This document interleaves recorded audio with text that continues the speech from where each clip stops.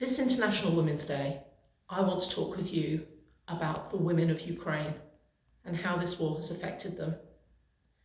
Women in Ukraine have had to leave in their hundreds, in their thousands, together with their children, and move either to safer parts of the country or to move outside Ukraine altogether, while their partners have been mobilised, or because where they are living is just not safe enough for them to be. And women who have stayed in Ukraine have had to run their communities to find food for their families, vulnerable members of their families, have had to work out how to live in occupation, have had to work out how to cope when withdrawal has happened and their towns, their cities, their villages have been damaged or destroyed. Women in those areas are working out how to rebuild schools, how to rebuild community centres, in fact how to rebuild community. And women who have found themselves caught up in the very worst of this Russian occupation have been assaulted, including sexually assaulted and raped. They have gone through filtration camps. They have endured some of the worst of what any women anywhere have had to endure. To all these people, the message is that justice will come. Countries, including the UK, have been working alongside the Ukrainian government to ensure that for what women have had to endure during this invasion, they will see accountability and they will see justice for what has been done to them. I also want to talk about the rebuilding of Ukraine.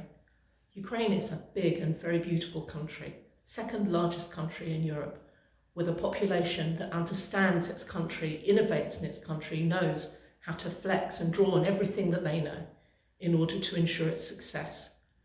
This Russian invasion has resulted in destruction on a scale so huge that the only way that Ukraine can rebuild is by involving the whole of their country in it, women and men. There are already examples of this.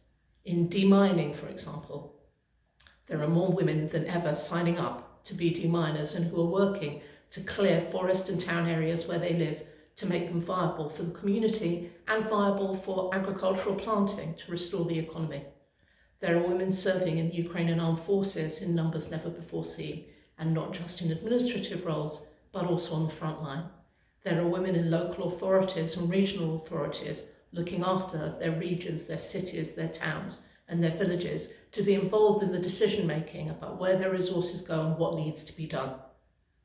When the time comes that Ukraine can rebuild their country in full, if every woman and every man is given the opportunity to participate, there is no saying how high Ukraine can fly, how far it can go in fulfilling its potential to be a democratic, flourishing, prosperous country, which I really believe it can be.